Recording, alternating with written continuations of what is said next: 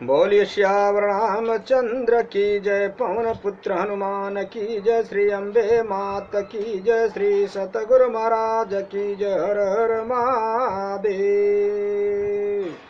श्री राम जय राम जय जय राम, श्री राम जय राम जय जय राम, श्री राम जय राम जय जय राम, श्री राम जय राम जय जय राम, श्री राम जय राम जय जय राम, श्री राम जय राम जय जय राम, श्री राम जय राम जय जय राम, श्री राम जय राम जय जय राम, श्री राम जय राम जय जय राम, श्री राम जय राम जय जय राम, श्री राम जय राम जय जय राम, श्री राम जय राम जय जय राम, श्री राम जय राम जय जय राम, श्री राम जय राम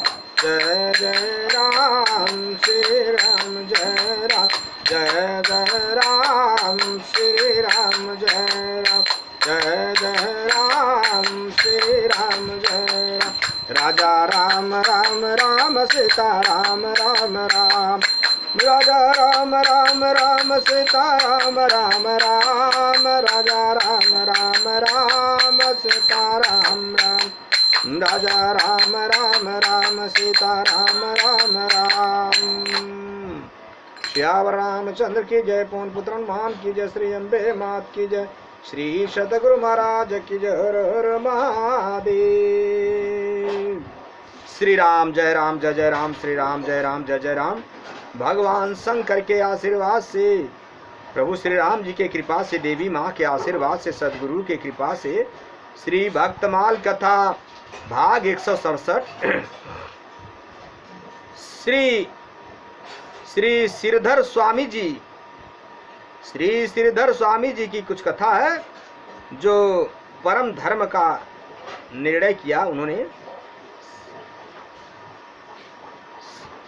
श्री राधा श्री श्रीधर स्वामी ने श्रीमद् भागवत में परम धर्म का निर्णय किया है। कुछ गीत के माध्यम से आप लोग उनकी कविता सुनिए। तीन कांड एक तत्व सानी, कौआज्ञा बखानत, कर्मठ ज्ञानी अर्थ कौ अनर्थ बनत, परमहंस सहिता विदित टीका विस्तारयो,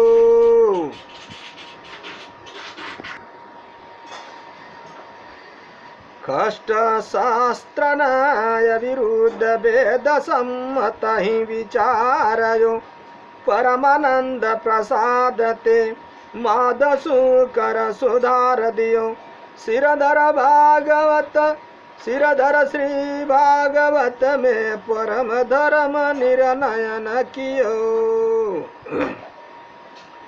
श्री श्रीधर स्वामी ने श्रीमद् भागवत में परम धर्म का निर्णय किया। श्री भागवत धर्म के रहस्यों को ठीक प्रकार से न जानने के कारण कुछ विद्वानों ने तीनों कर्म ज्ञान उपासना कांडों को एक में मिश्रित करके श्री भागवत की व्याख्या की। कर्मकांडी और शुष्क ज्ञानी लोग खींचातानी एवं कठिन कल्पनाएं करके अर्थ का विपरीत अर्थ अनर्थ करते थे। जिज्ञासु भक्तगण शंकित हो जाते थे, वास्तविक तात्पर्य ओझल हो जाता था। ऐसी स्थिति में विश्वविख्यात परमहंस संहिता की विद्वानों ने प्रसिद्ध टीका भावार्थ दीपिका की रचना स्वामी श्री राधा श्रीधराचार्य जी ने की। उसमें खष्ट शास्त्र एवं षष्ठ दर्शनों के सर्वथा अनुकूल तथा वेदों निषद सम्मत सिद्धांत का समर्थन किया। श्रीधर स्वामी गुरुदेव श्री परमानंद सरस्वती पाद जी के कृपा से भगवान बिंदु माधव ने सिरधर कृत टीका को अपने हस्त कमल से सुधार दिया। हस्ताक्षरित करके सर्वोत्तम सिद्ध किया। सियावर रामचंद्र की जय। बागीसा यस्यं वदने लक्ष्मी यर्षः च वक्षस यस्याते हृदय समन्वित निशम्मजे। श्री सिरधर स्वामी, प्रामाणिक सामग्री तो कोई है नहीं, जो किंवदंतियां हैं उन्हीं के आधार पर कुछ कहना है। महापुरुषों के जीवन के सत्य को ऐसी किंवदंतियां ही कुछ प्रकट कर पाती हैं। ईसा की 10वीं या 11वीं सदी की बात होगी। दक्षिण भारत के किसी नगर में वहाँ के राजा और मंत्री में मार्ग चलते समय भगवान की कृपा तथा प्रभाव के संबंध में बात हो रही थी। मंत्री कह रहे थे, भगवान की उपासना से उनकी कृपा प्राप्त करने योग्य अयोग्य भी योग्य हो जाता है, कुपात्र भी सत्पात्र हो जाता है, मूर्ख भी विद्वान हो जाता है। संयोग की बात या दया में भगवान की इच्छा। राजा ने देखा कि एक बालक फूटे पात्र में तेल लिए जा रहा है। राजा ने मंत्री से पूछा, क्या यह बालक भी बुद्धिमान हो सकता है? मंत्री ने बड़े विश्वास के साथ कहा, भगवान की कृपा से अवश्य हो सकता है। बालक बुलाया गया। पता लगा कि वह ब्राह्मण का बालक है। उसके माता पिता उसे बचपन में ही छोड़कर परलोक चले गए थे। श्यावर रामचंद्र की जय। परीक्षा के लिए नरसिंह मंत्र की दीक्षा दिलाकर उसे आराधना में लगा दिया गया। बालक भी सब प्रकार से भगवान के भजन में लग गया। उस अनाथ बालक की भक्ति देखकर अनाथों के एकमात्र नाथ प्रकट हो गए। श्यावर रामचंद्र की जय। नरसिंह रूप में दर्शन देकर भगवान ने बालक को वरदान दिया, तुम्हें वेद वेदांग दर्शन शास्त्र आदि संपूर्ण ज्ञान होगा और मेरी भक्ति तुम्हारे हृदय में निवास करेगी। बालक और कोई नहीं, वे हमारे चरित्र नायक श्री श्रीधर स्वामी ही थे। सियावर रामचंद्र की जय। अब इस बालक की विद्वता का क्या पूछना। भगवान की दी हुई विद्या की लोक में भला कौन बराबरी कर सकता था। बड़े बड़े विद्वान इनका सम्मान करने लगे, राजा इन्हें आदर देने लगे। धन का अभाव नहीं रहा। विवाह हुआ और पत्नी आई, परंतु भगवान के भक्त विषयों में उलझा नहीं करते और न दयामय भगवान ही भक्तों को संसार के विषयों में आसक्त रहने देते हैं। गृहस्थ होकर भी इनका चित्त घर में लगता नहीं था। सब कुछ छोड़कर केवल प्रभु का भजन किया जाए, इसके लिए इनके प्राण तड़पते रहे। इनकी स्त्री गर्भवती हुई, प्रथम संतान को जन्म देकर वह परलोक चले गई। सियावर रामचंद्र की जय। स्त्री की मृत्यु से इन्हें दुख नहीं हुआ, इन्होंने इसे प्रभु की कृपा ही माना। परंतु अब नवजात बालक के पालन पोषण में ही व्यस्त रहना इन्हें अखरने लगा। ये विचार करने लगे, मैं मोह बस ही अपने को इस बच्चे का पालन पोषण करने वाला मानता हूँ। जीव अपने कर्मों से ही जन्म लेता है और अपने कर्म का ही फल भोगता है। विश्व भर में भगवान ही सबका पालन तथा रक्षण करते हैं। ये शिशु को भगवान की दया पर छोड़कर भजन का निश्चय करके घर छोड़ने को उद्यत हुए, पर बच्चे के मोह ने एक बार रोका। लीला में प्रभु की लीला से इनके सामने घर की छत से एक पक्षी का अंडा भूमि पर गिर पड़ा और फूट गया। अंडा पक चुका था। उससे लाल लाल बच्चा निकलकर अपना मुख हिलाने लगा। इनको ऐसा लगा कि इस बच्चे को भूख लगी है, यदि अभी कुछ न मिला तो यह मर जाएगा। उसी समय एक छोटा कीड़ा उड़कर फूटे अंडे के रस पर आ बैठा और उसमें चिपक गया। पक्षी के बच्चे ने उसे खा लिया। भगवान की अलीला देखकर श्रीधर स्वामी के हृदय में बल आ गया। ये वहां से काशी चले आए।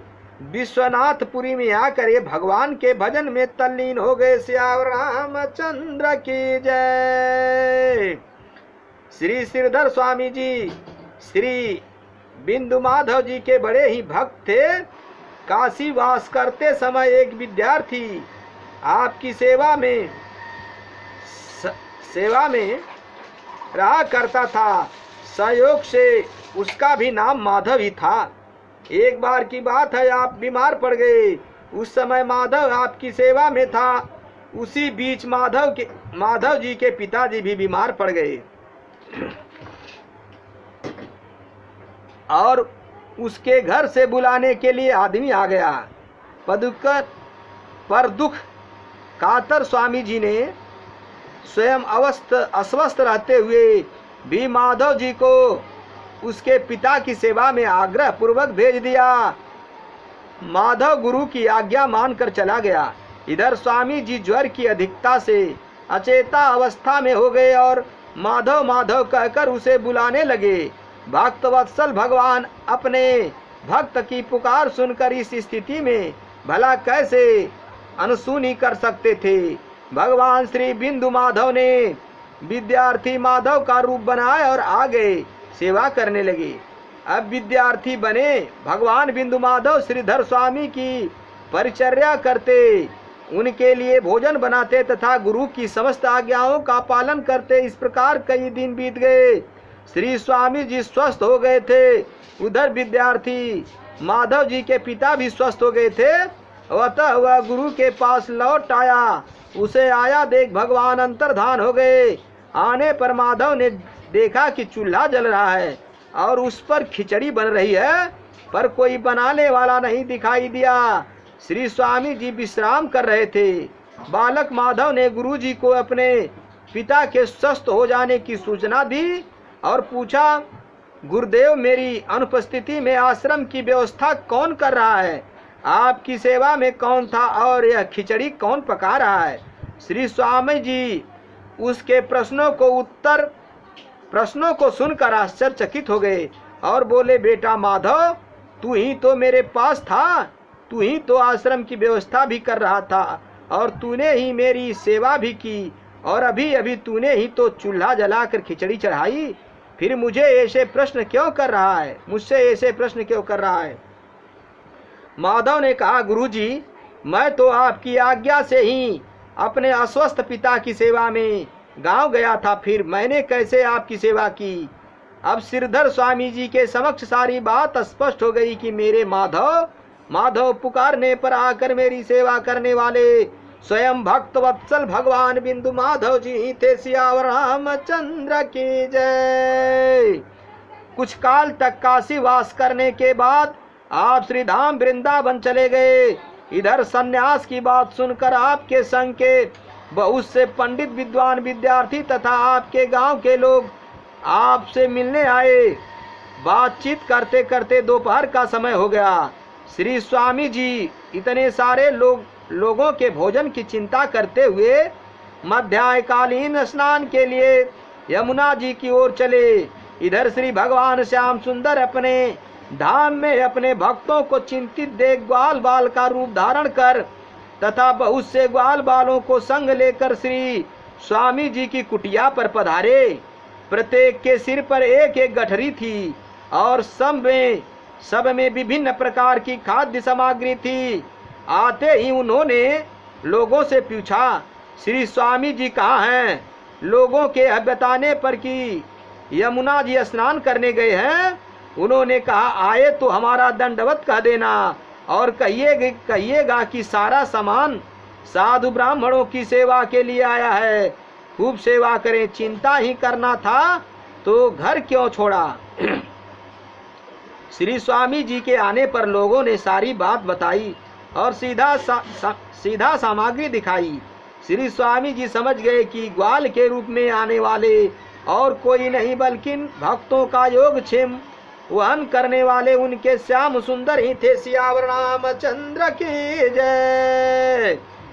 गीता, भागवत, विष्णु पुराण पर श्रीधर स्वामी की टीकाएं मिलती हैं। इनकी टीकाओं में भक्ति तथा प्रेम का अखंड प्रवाह है।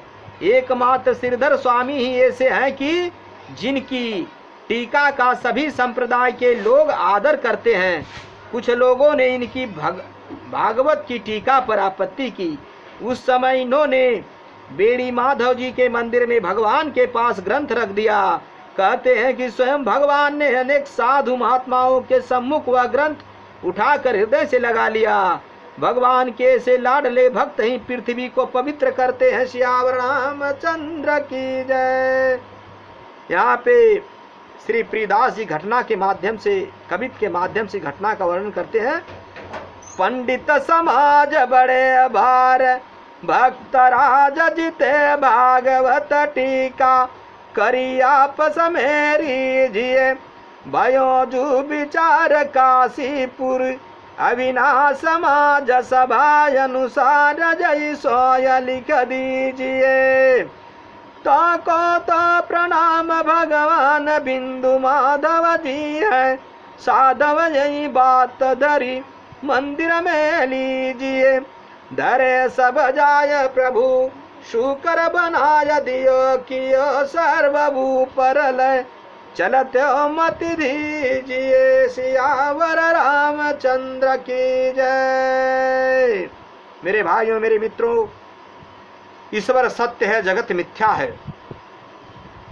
उमा कहूँ मैं अनुभव अपना, सतहरी जगत में सजगत सपना। भगवान शंकर कहते हैं, हे उमा, यह जगत स्वप्न के बराबर है। सत्य तो हरि है, ईश्वर है। इसलिए कहीं भी कैसे भी चलते फिरते, उठते बैठते, सोते जागते, हर पल हर घड़ी भगवान प्रभु श्री राम का, कृष्ण का, राम का, हरि का, नारायण के नाम का चिंतन करें। अपने जीवन का कल्याण करें। संत सेवा, गुरु सेवा, ब्राह्मण सेवा, वेदों की कही हुई बात को, पुराणों की कही हुई बात को विश्वास मान करके हरि भक्ति करें। अपने जीवन का कल्याण करें। कहीं भी कैसे भी चलते फिरते, उठते बैठते, सोते जागते, हर पल हर घड़ी कलयुग में बचनामय धारा, सुमिरी सुमिरी नर उतर ही पारा। इस कली काल कलयुग में हरि नाम जप करके अपने जीवन का कल्याण करें। भगवान का दर्शन स्पर्शन करते हुए अपने जीवन का कल्याण करें। श्यावर रामचंद्र की जय। कथा विसर्जन होता सुनहु पवन कुमार, राम लखन सीता सहित मुँह पर करहूँ कल्याण। श्यावर रामचंद्र शंकर जी, उमापति महादेव की जय। श्री सदगुरुदेव भगवान की जय। हर हर महादेव।